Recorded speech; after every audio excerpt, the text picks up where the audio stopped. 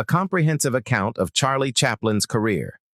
Theater's early history and origins, 1889 to 1913. Birth and family history. On April 16, 1889, Charlie Chaplin was born Charles Spencer Chaplin in Walworth, South London, England. His parents also performed in music halls, therefore he was born into a family of artists.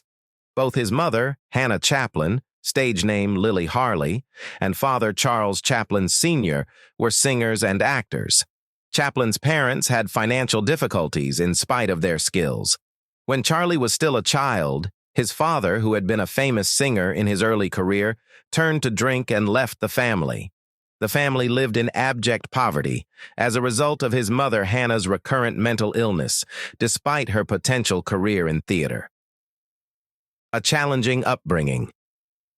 Chaplin experienced adversity in his early years. Due to his mother's inability to provide for him and his elder half-brother, Sidney Chaplin, they were often placed in orphanages and workhouses.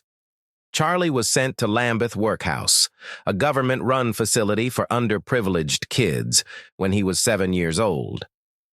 After that, he was sent to the Hanwell School for Orphans and Destitute Children, where he endured terrible living circumstances for a number of years. Despite these difficulties, Chaplin enjoyed imitating others and pulling off little humorous stunts, which eventually shaped his acting style. The initial stages of performance. It was Charlie Chaplin's mother, a theatrical singer, who introduced him to performance. However, Charlie, who was just 5 years old at the time, was forced to sing for the crowd when she lost her voice. It was his first unauthorized theatrical engagement, and the audience enjoyed his spontaneity and humor. Chaplin became passionate in the arts as a kid. He wanted to be an entertainer and was inspired by his parents' professions and London's street entertainers. Accompanying the theater, Chaplin and his brother Sidney were left to fend for themselves when he was 9 years old because his mother's mental state had further deteriorated. Charlie took on menial occupations as a newsboy, printer's assistant, and toy maker to make ends meet. His big break, however, came when he joined a children's tap dancing and juvenile theater company called the 8 Lancashire Lads. He has never given a theatrical performance on a regular basis before. Chaplin developed his acting abilities while touring with the ensemble, although he preferred acting to dancing. Early career in acting. Chaplin played Billy the Page Boy in the play Sherlock Holmes in his first acting role as a page boy at the age of 14. During his 2 years with the play, he toured England and gained invaluable theatrical experience. He quickly joined a number of different performing troupes because of his expressive acting style and innate comic skills.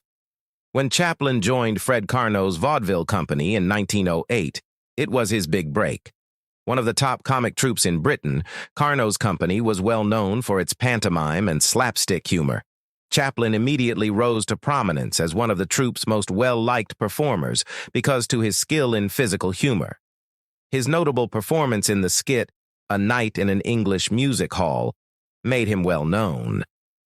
Traveling the United States and the road to Hollywood, Chaplin embarked on a tour of the United States in 1910 with the Carnot Group. His performances were well received by American audiences, and in 1912 he went on another tour. Max Sennett, the head of Keystone Studios, a renowned silent film production business, was impressed by Chaplin's humorous abilities when he was in the United States. In 1913, Chaplin accepted a contract with Sennett, who was searching for new comical talent for his short films. Chaplin's illustrious film career began when he left the Carnot Group and relocated to Hollywood, thrilled by the chance to engage in the motion picture industry. The Tramp's birth and Hollywood breakthrough, 1914 to 1919. Charlie Chaplin's career was greatly influenced by the years 1914 to 1919, which helped to make him one of the most well-known and significant characters in movie history. He evolved from a stage actor to a movie star during this time, created his most famous character, the Tramp, and acquired artistic control over his movies. Prior to gaining complete freedom with First National and co-founding United Artists, he worked with Keystone, S&A, and Mutual Studios. 1913 to 1914. Joining Keystone Studios. Chaplin was traveling the United States with Fred Karno's vaudeville company in late 1913 when he was seen by Mack Sennett, the head of Keystone Studios. Sennett, who is well known for his slapstick humor, gave Chaplin a contract after being impressed by his physical comedic skills. First movie, Making a Living, 1914. This seminal short film, which debuted in February 1914, marked Chaplin's on-screen debut. He was unhappy with his job as a con artist, however, since it did not fit with his comic approach. Chaplin created his most well-known character, the Tramp, when he was employed at Keystone. The Tramp made his debut in Kid Auto Races at Venice, 1914. The character had a unique appearance: loose trousers, a tight coat, shoes that are too big, a bowler hat, a little mustache cane. Directorial debut. Chaplin's innate narrative ability enabled him to helm his first successful picture, Caught in the Rain, 1914. He had honed his comic timing, improvisation, and visual jokes while directing many films by the end of 1914.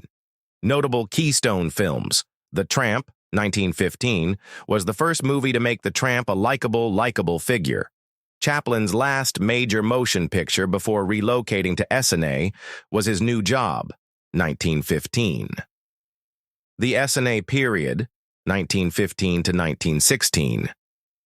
A phase in the development of Art Chaplin joined with S&A Studios in 1915 after being well known at Keystone, where he was given more creative flexibility and a substantial pay rise. Chaplin improved his character development and narrative. His S&A films added more tragedy, passion, and subtle humor than Keystone's fast-paced comedy.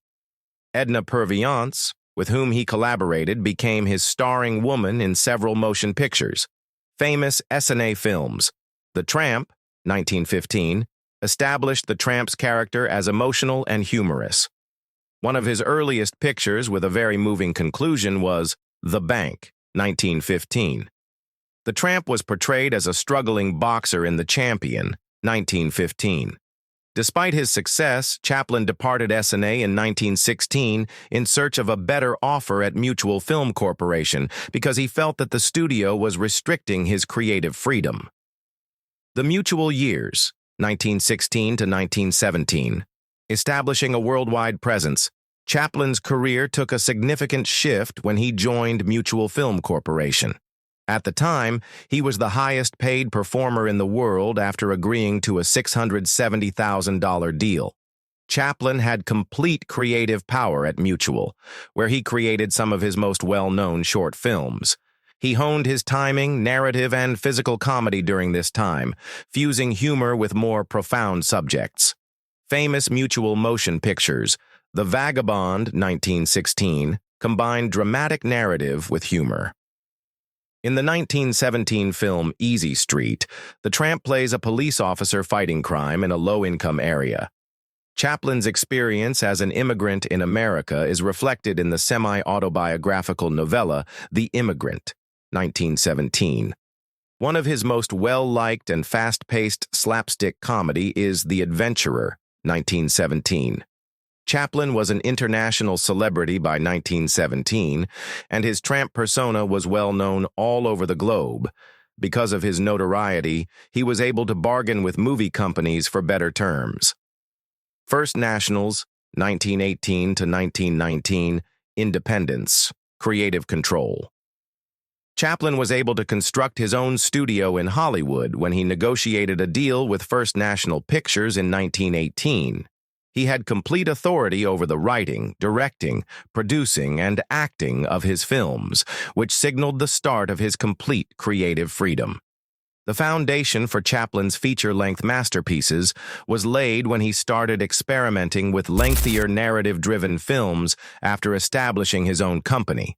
Notable films from the First National: The Tramp's battle with poverty is shown in his first movie, A Dog's Life, 1918, which was filmed in his own studio. Despite reservations, the combat comedy Shoulder Arms, 1918, was a tremendous hit when it was premiered.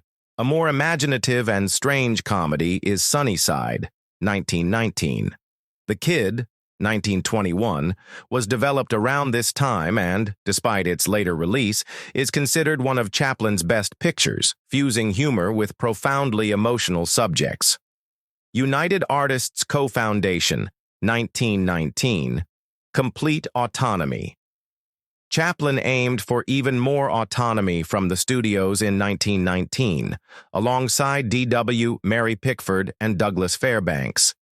In order to enable filmmakers to own and distribute their own work, Griffith co-founded United Artists UA, a groundbreaking film distribution firm. Charlie Chaplin, United Artists and His Ascent to Power, 1919 to 1930. United Artists Co-Foundation, 1919. An important step, Chaplin's motivation for founding United Artists.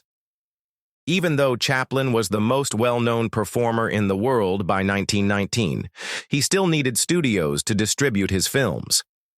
Disappointed with Hollywood's lack of creative independence, he, Mary Pickford, Douglas Fairbanks, and D.W. United Artists UA was established by Griffith on February 5, 1919, giving performers and filmmakers complete creative freedom over their films so they could distribute their own productions and keep the money they made was UA's main objective.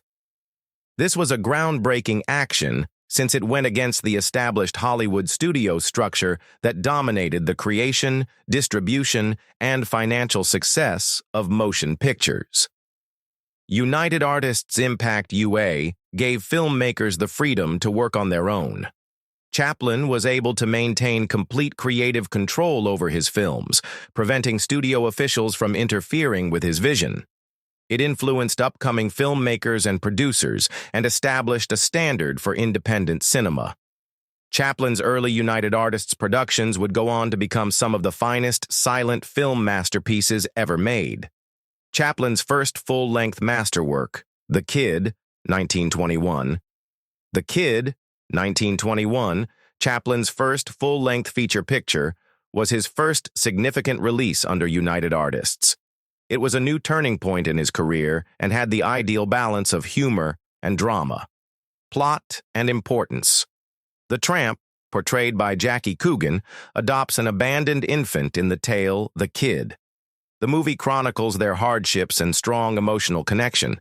Chaplin's own childhood poverty and the death of his young son served as the inspiration for the very personal movie. It proved that silent pictures could blend humor and intense emotion, and it became an enormous hit. Chaplin, at the height of his influence in the mid-1920s following The Kid, Chaplin kept making silent pictures that were both critical and commercial successes. Parisian Woman, 1923. The Tramp is absent from this somber love story. Despite not being a box office hit, it demonstrated Chaplin's development as a director. The Gold Rush, The Greatest Silent Movie, 1925. The Gold Rush, regarded as one of Chaplin's best pictures, centers on the tramp's quest for wealth during the Klondike Gold Rush. It includes famous sequences such as The Dance of the Dinner Rolls, in which Chaplin imitates a dancing puppet with 2 bread rolls. The tramp chewing his footwear is a representation of his abject destitution. In the future, Chaplin said, "This is the film I want to be remembered for." The movie was a huge hit and ended up becoming one of the most popular silent pictures ever made. The Circus, 1928. Overcoming misfortune. Chaplin encountered many personal and professional obstacles while shooting The Circus. Negative media attention resulted from a divorce incident involving his second wife, Lita Gray. Production was delayed because the set was damaged by fire. He had to redo a lot of the footage since the original negative was scratched. In 1929, Chaplin received his first Academy Award, Special Award, for The Circus, a magnificent and timeless comedy that triumphed over these difficulties. The Sound Transition, 1927 to 1930. A novel obstacle. The introduction of sound pictures, or talkies, beginning with The Jazz Singer, 1927, caused a significant upheaval in Hollywood by the late 1920s. It was difficult for many silent cinema performers to adjust to this new age. Chaplin's opposition to noise. Chaplin was hesitant to make the transition to sound pictures because he thought the tramp was a worldwide figure whose humor was beyond language. He chose to master the silent cinema medium before embracing sound right away. His subsequent endeavor, City Lights, 1931, would prove that silent films still have creative and emotional impact when it was released in the sound era. Change over to political and sound themes, 1931 to 1940. City Lights, 1931. The sound era's silent masterwork. Hollywood had completely embraced sound pictures by 1931, but Chaplin was reluctant to give the tramp a voice because he thought it would detract from the character's allure. Rather, he published City Lights, a silent movie featuring sound effects and a synchronized musical composition. Themes and plot. The tramp, who meets a rich alcoholic and falls in love with a blind flower girl, is the main character of the movie. The narrative examines socioeconomic class disparities, love, and sacrifice. One of the most poignant scenes in movie history is the one at the end when the blind girl recognizes the tramp. Effects. City Lights was a box office hit despite Hollywood's move to talkies, demonstrating the continued potency of silent narrative. Many people consider the movie to be among the best silent pictures ever produced. Modern Times, 1936. Industrialization critique. Chaplin was unable to ignore the emergence of sound film by the middle of the 1930s. However, he created Modern Times, which only used music, sound effects, and a few spoken lines, rather than embracing language in its whole. Themes and plot. The movie focuses on the tramp as he battles to live in a society that is heavily automated and industrialized. It criticizes mass manufacturing, capitalism, and the Great Depression's labor exploitation. The tramp's compelled to keep up with a machine in the well-known assembly line scenario represents the dehumanization of work. Chaplin also parodies unemployment, police violence, and authority. The voice of Chaplin is introduced. For the first time, Chaplin uses his voice in a movie as he performs a song incoherently in the closing scene. To preserve the tramp's timeless, silent charm, he purposefully shied away from actual conversation. Effects. Currently regarded as one of Chaplin's best pictures, Modern Times was a critical and financial triumph. It was the tramp's last appearance and his last silent picture. Chaplin's first complete talkie and political satire, The Great Dictator, 1940. Chaplin was unable to ignore the political unrest in Europe by the late 1930s, particularly the emergence of fascism and Adolf Hitler. With his debut full-sound picture, The Great Dictator, he made the brave decision to utilize his position to make a statement.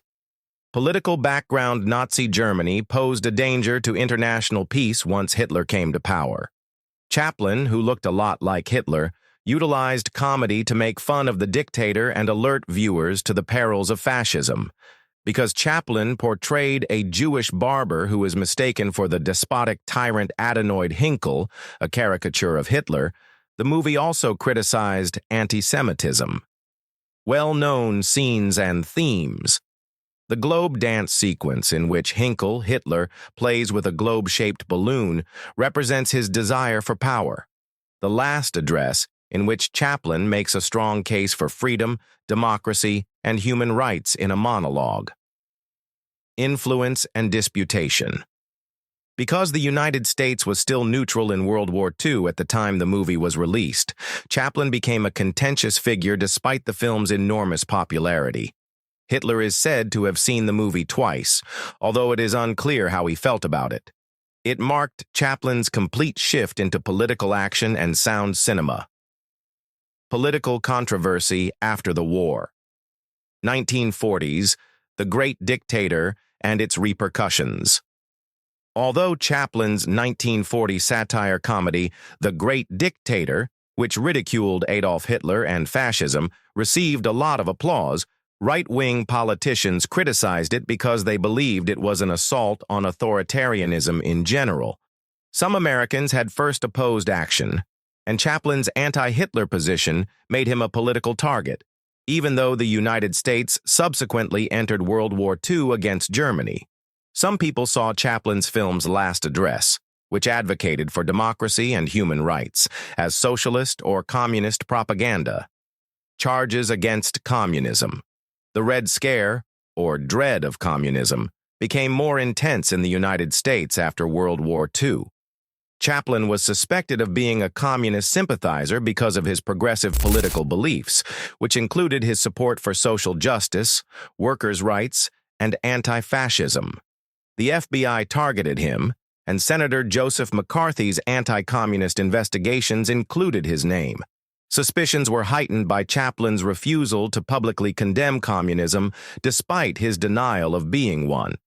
Paternity scandal and court case actress Joan Barry brought a high-profile paternity suit against Chaplin in 1943, claiming he was the father of her kid.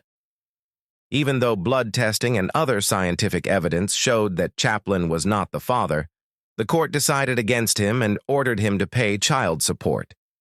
His reputation suffered as a result of the controversy, as the media portrayed him as morally reprehensible. Getting married to Una O'Neill. In 1943, Chaplin wed Una O'Neill, the author Eugene O'Neill's 18-year-old daughter. The 36-year age difference between them drew harsh criticism, which strengthened the idea that Chaplin was in dubious partnerships. Una became his staunchest ally, and their marriage endured for the remainder of his life despite the scandal. 1947's Monsieur Verdoux and Political Reaction. Chaplin's dark comedy Monsieur Verdoux, 1947, tells the story of a man who kills wealthy widows for financial gain. As a satirical indictment of capitalism and war, the movie made the argument that governments murder much more people than individual criminals. This political message infuriated conservative Americans, and although the movie was hailed in Europe, it earned mixed reviews in the United States. The United States exile, 1952, re-entry into the United States is denied. Chaplin visited London for the Limelight premiere in 1952. Because of his un-American activities, the U.S. authorities canceled his re-entry visa while he was abroad. Disillusioned by the animosity in the United States, Chaplin made the decision to never go back. He and his spouse, Una, and their kids made Switzerland their home. America's Last Motion Picture. Limelight, 1952.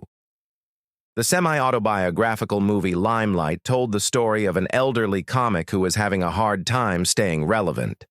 Since it was released just before Chaplin was sent into exile, many saw it as his goodbye to Hollywood. Later, the movie was outlawed in the U.S. due to its political overtones. Chaplin continued to be a visionary director in spite of the criticism, producing pictures like Limelight and Monsieur Verdoux that provoked thinking. His American film career, however, came to an end as a result of his exile, and he began a new life in Europe. Legacy and Later Years, 1953 to 1977, Exile Life, 1953 to 1977. Relocating to Switzerland, Chaplin spent the remainder of his life at a home he purchased in Corsier-sur-Vevey, Switzerland, after leaving the United States. With his wife, Una O'Neill, and their 8 kids, he prioritized family life. He continued to make films and make social criticism while he was in exile. A King in New York, a parody of American politics, 1957. A King in New York, Chaplin's first movie while living abroad, was a political parody that attacked American materialism and McCarthyism. His rage at the U.S. government for sending him into exile was shown in the movie. Although it was praised in Europe, it remained prohibited in the United States until 1973. Final movie, Hong Kong Countess, 1967. After a 10-year hiatus, Chaplin made a comeback to filmmaking with A Countess from Hong Kong. Starring Sophia Loren and Marlon Brando, it was his first and only color picture. Chaplin just made a brief appearance and directed the film but did not perform. His filmmaking career ended as a result of the film's negative reviews. Acclaim and Comeback to Hollywood, 1972 to 1975, Hollywood's apology for the 1972 Honorary Academy Award, Hollywood welcomed Chaplin to return in 1972 to accept an Honorary Academy Award for his contributions to filmmaking after 2 decades in exile. He received the longest standing ovation in Oscar history, lasting 12 minutes from the crowd. This occasion represented Hollywood's acknowledgement of his brilliance in spite of earlier political disputes. Queen Elizabeth II bestowed knighthood in 1975. Queen Elizabeth II knighted Chaplin in 1975 and gave him the title Sir Charles Chaplin. His reputation as one of the greatest performers in history was cemented by this honor. Death and legacy. After death, 1977 to present.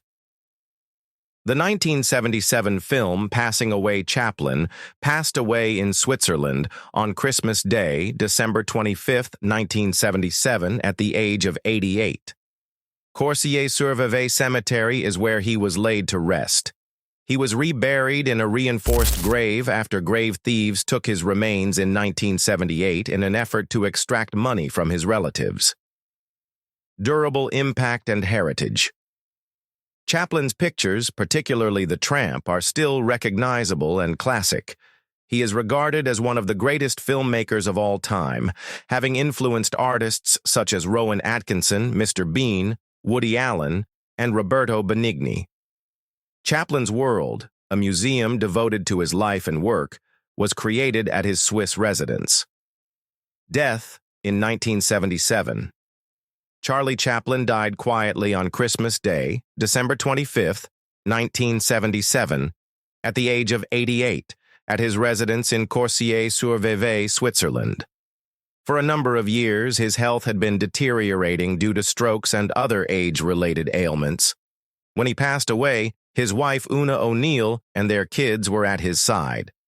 A serious robbery incident in 1978.